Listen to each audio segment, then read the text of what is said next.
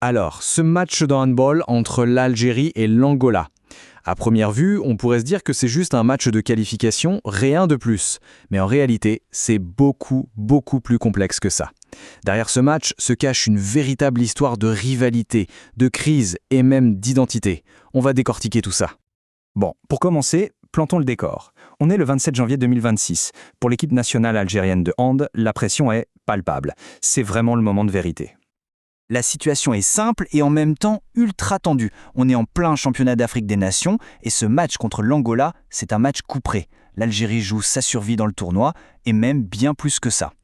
Et l'équation, elle, est d'une clarté absolue. Pour continuer l'aventure, pour garder un espoir de voir la Coupe du Monde, il n'y a pas 36 solutions. Il faut gagner. Et pas juste gagner, il faut gagner avec au moins 3 buts d'écart.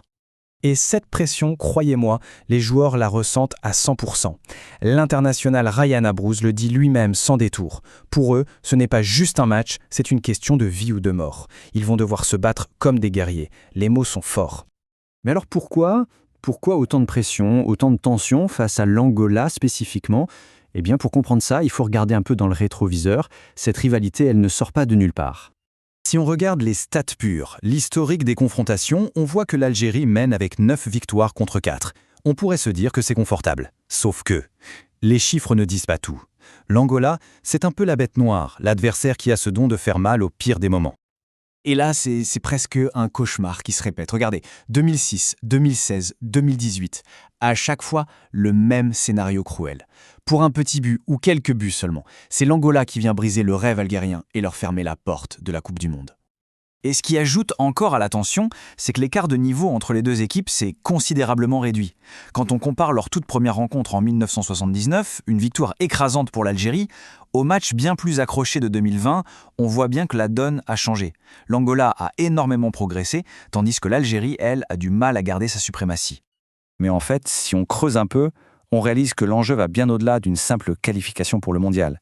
Et c'est là que l'analyse devient vraiment passionnante.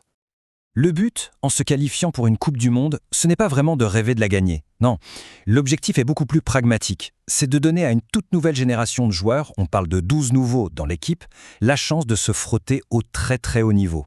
C'est une question d'expérience, de construction pour l'avenir. Et ce besoin de construire pour l'avenir, ça nous amène au cœur du problème. Parce que les difficultés qu'on voit sur le terrain, en fait, ce n'est que la partie émergée de l'iceberg. Ce sont les symptômes d'une crise bien plus profonde, une crise systémique qui touche toute la structure du handball en Algérie. Là, on ne parle plus juste de sport, on parle de la survie d'une discipline qui fait vraiment partie de l'identité du pays. C'est carrément l'âme du handball algérien qui est en jeu. Selon l'analyse de notre source, il y a 3 gros problèmes qui bloquent tout le système. D'abord, un manque de vision à long terme, ensuite une réforme du championnat qui est complètement bloquée, et enfin une crise financière très grave. Prenons un exemple très concret, cette fameuse réforme du championnat.